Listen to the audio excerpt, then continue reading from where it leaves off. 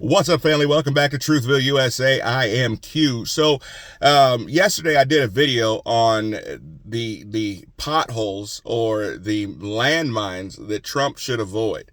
I talked about several people that I felt were really and truly rhinos who were on the top of his list of VP candidates. Now, I'll say this. From the get-go, I've said anyone who has been in Washington, Trump should not choose. I'm sorry. I believe the only way we fix Washington is to completely clear it out, get rid of every single person there, and to start all over. That is the only way to truly fix it. If you've been there and things are still the same, we get rid of you. I'm not trying to save anything. I'm treating it just like a cancer. Everybody, we cut too deep. I would rather cut too deep than to not cut deep enough. But I've said that. But in that whole rant and in that video that I did, Elise Stefanik's name was involved. Now, many of you guys messaged me and said, hey, Q, why would you put Elise Stefanik? She's actually a good one. And you know what? And there's things that Elise Stefanik says that I like. Don't get me wrong. And she might be an okay person. I just don't trust her. I've had these extensive conversations with Doug TeNapel over at Doug in Exile. Dear friend, one of my best friends, but we disagree on things, and that's okay. He thinks Elise Stefanik's the real deal. I don't trust her. So I'll tell you why. So Elise Stefanik came onto the scene as the protege of Paul Ryan.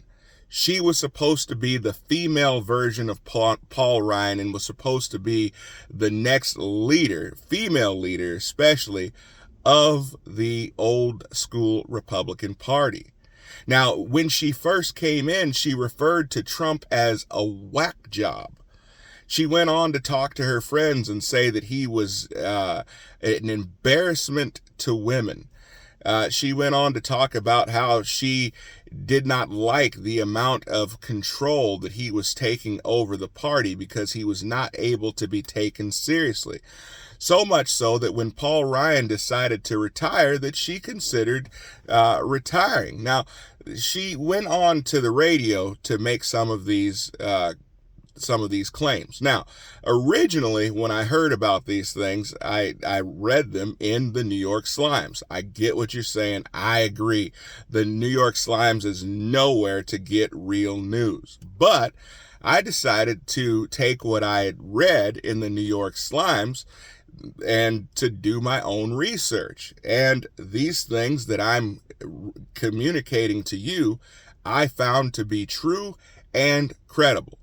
Now, with all that being said, all of us have gone through massive changes. You have to remember that Elise Stefanik came on the scene and was elected into Congress at 30 years old. I'm certainly not the same person now in my 40s that I was in my 30s. I'm definitely not.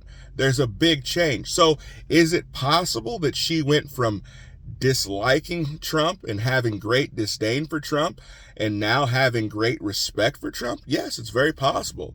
Is it possible that she went from being a protege of one of the most awful rhinos in Paul Ryan to now being a protege of Trump?